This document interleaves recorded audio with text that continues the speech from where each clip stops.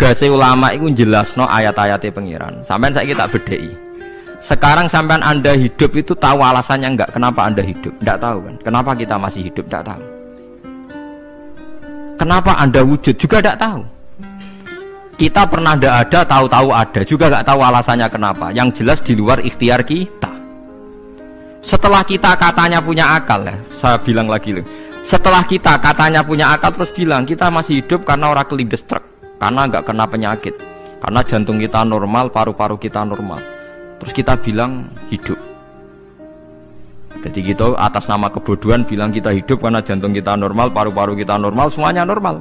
Maka kita hidup.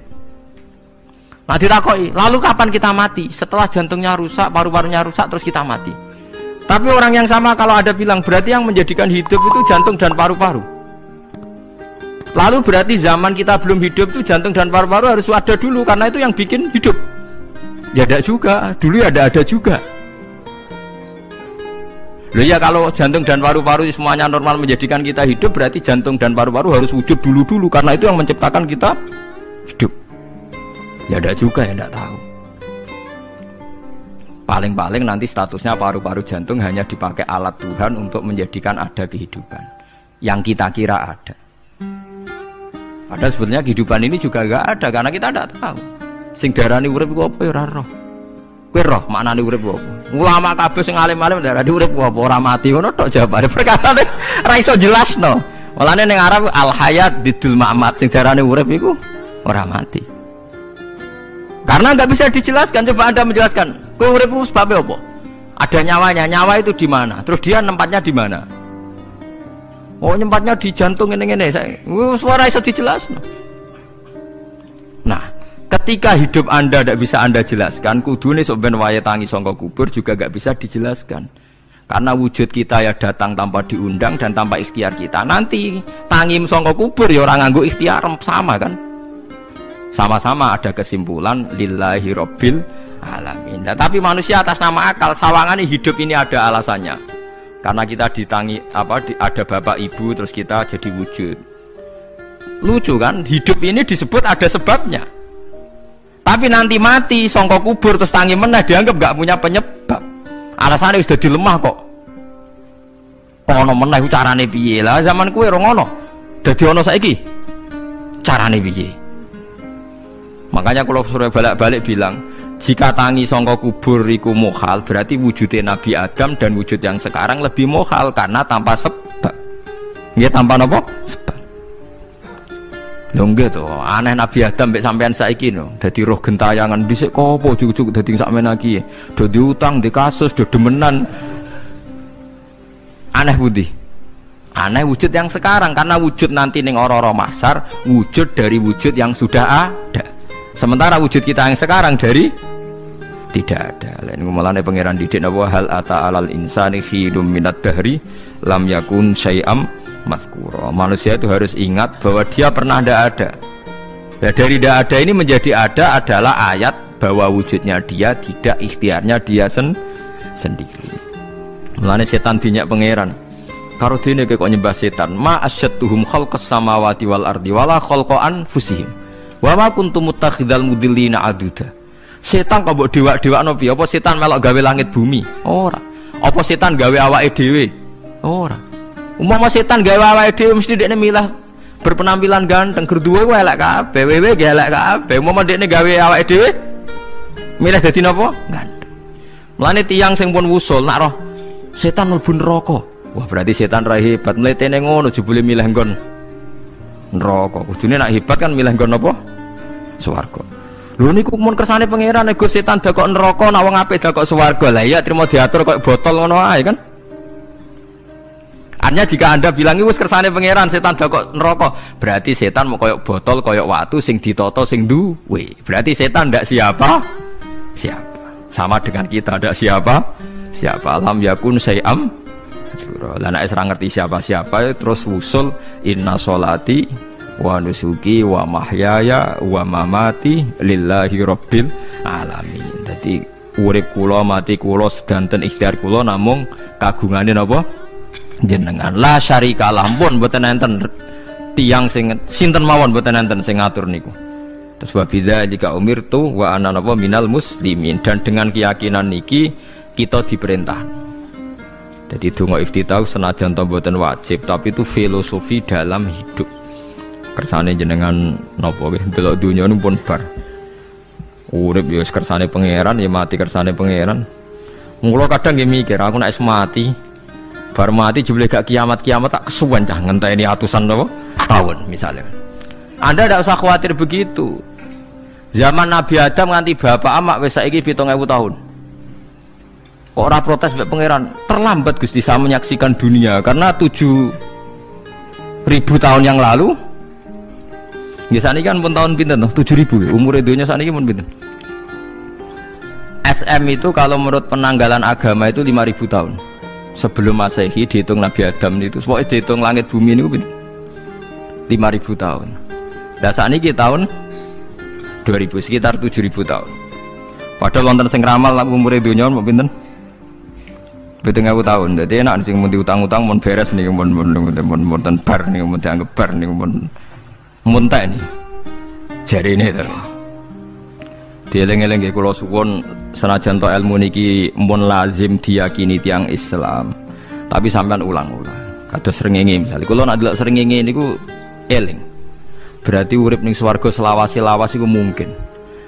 Karena Allah bisa menciptakan benda yang begitu panas tapi punya daya tahan atusan tahun. Pemenang nak cara discovery ya nak ngitung malah jutaan tahun yang lalu, malah bawa hitungan kontiwa dari dinosaurus 400 juta tahun.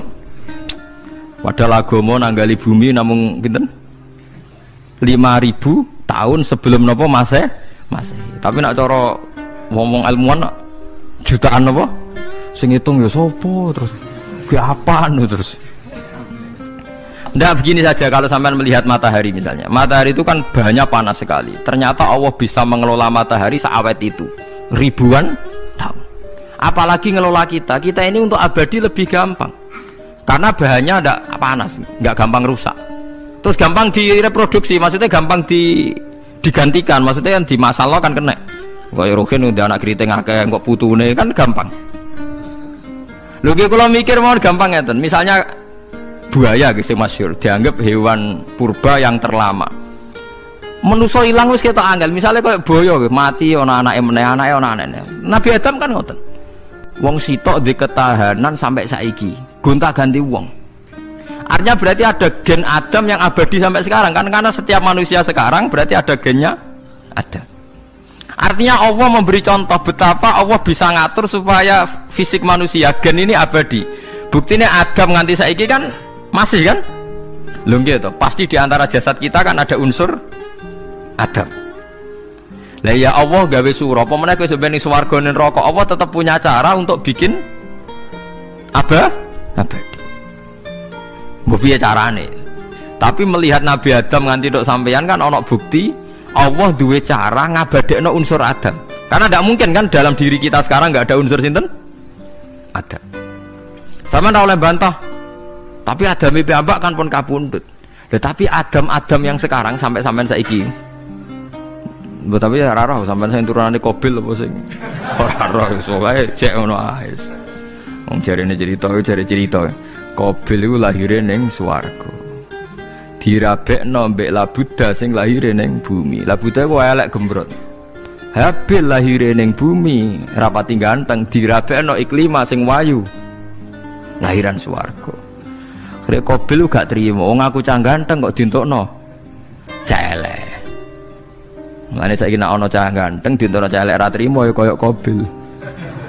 Nah tapi enggak pikirane Nabi Adam ya ora roh ben silang ben sedengan. Mergo nek elek entuk elek kan malah musibah kan. Saiki anake ra melok dosa tapi eleke double. Misale keriting untuk keriting, elek untuk elek, fakir untuk fakir kan. Ya memperparah to nggih. Cara kula ncen haram. Elek untuk elek rabi cara kula haram. Saiki anake kan ra roh apa-apa ujug-ujug elek banget lho, ora terima elek napa? Elek napa? Banget. Jadi cerita kan ngoten, walhasil akhirnya tukaran, mergo Qabil gak terima. Pas tukaran dipisah Nabi Adam. Angger sing takor rupe sukses berarti ikhtiare bener. Ya mau Habil nyembelih wedhus, sing Qabil seneng buah-buah. Mulane seneng buah-buahan iku rada masalah dianggap simbole wong-wong sing seneng mapan. Mulane kene Umar ora usah di buah-buahan akeh-akeh, cukup gedang siton, sesuk kates nek siton, ora usah semua buah-buahan wonten. Iku dhisik kurbane sinten? Qabil. Tapi sing melarat teman-teman yo keliru. Dhisik Habil Saleh iku omahe cek penuh daging, paham ya? Perkarane kurbane cek wedhus. Ora pitik, mergo bedigasan pitik niku. Jadi ada sebuah toriko sing ngaramno anak buahe mangan pitik. Perkarane wong ku kelakuane kaya sing dipangan. Ya repot aku tadi. Repot. Ya repot aku terus repot. Berarti nek sering mangan welut tak bulet. Ngono berlebihan. Toriko niku napa? Berlebihan wis biasa mawon. Kula nggih mboten fanatik iki biasa. Tapi kalian kula ora seneng mangan. Jadi kan unsur hewani saya kan ndak banyak. Kula ora pati seneng napa mangan. Walhasil akhirnya Qabil korbannya enggak diterima. Habil diterima. Terus semenjak itu juga akhirnya walhasil Qabil mateni Habil. Jadi makanya konflik wedoan, konflik tertua, mental membunuh ya mental tertua. Pertama peradaban manusia itu dibangun rebutan wong wedok dan saling membunuh. Nek ana tukaran kira usah gawa, iku tradisi terlama. Nggih, tradisi terlama manusia. Mesir kok bentrok padha Islame, Irak, Syria kok bentrok iku tradisi terlama. Demi wedokan direwangi tukaran, tradisi terlama. Biasa, jadi biasa mawon urip napa? Biasa. Kabeh kejadian ngene iki wa inna sholati wa nusuki wa mahyaya wa mamati lillahi rabbil alamin.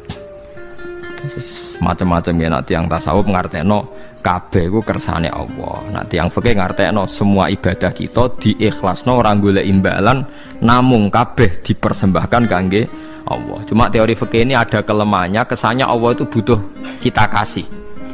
Padahal kita bisa sholat yang nganggo hidayate pangeran, iso zakat yang nganggo donyane pangeran. Kok kowe ngrasa zakat itu donyane sapa? Lah sing bener gitu teori tasawuf, kita iso sedekah ya kersane pangeran. Sing kita sedekahno nggih donyane pangeran. Berarti lillahi. Nah, jadi lillahi ta'ala artinya nak cara tasawuf itu bahwa semua kebaikan kita ini karena Allah, karena hidayat Allah. Nah, cara fikih mboten kesannya kita yang berbuat lalu kita ikhlaskan Allah. Tapi pertanyaannya kan kita bisa berbuat itu pakai fasilitas apa? Hidayahnya Allah juga kan. Nah, makanya ilmu tertinggi dianggap tasawuf karena tasawuf ini yang benar-benar lillahi rabbil alamin. Tapi fikih juga baik karena uang kan seneng GR tuh. Namuni aku alhamdulillah berzakat. Muni aku alhamdulillah berzakat itu kan ya ora jelas. Muni aku ngrasa dekne pelakune, muni alhamdulillah kersane Allah itu ya bahasa paling gak jelas. Tapi ya apik muni ngono, aku alhamdulillah bersolat. Ya pamer nak aku bersolat, tapi ya ngakoni nak kabeh kersane Allah. Lah nak kersane Allah sing dipamer apane kan ya ora jelas ya. Ya tapi itu apik lah. Muni apa? Aku alhamdulillah bersolat itu ya bahasa gak jelas, ya gak jelas juga bahasa itu tapi ben ngono. Paham geleng-geleng ya, terus salat niku ini yang keempat kalau ceritani hikayatu sholatil khosyin. Saya baca di beberapa kitab Sayyidina Umar niku dipanah. Panah niku rak wonten mata pancing. Jadi nak melebu niku ditarik sakit, nggih. Nak ditarik napa? Sakit sekali. Ditarik dokter paling canggih pun sakit. Akhirnya Sayyidina Umar kondo, engkau tarik pas aku sholat.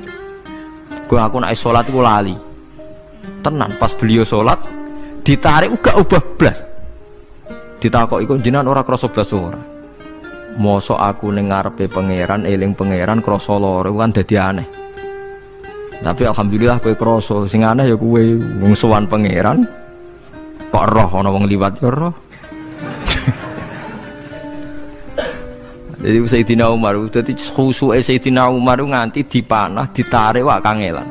Lara. Pesen kok aku tarik pas sholat.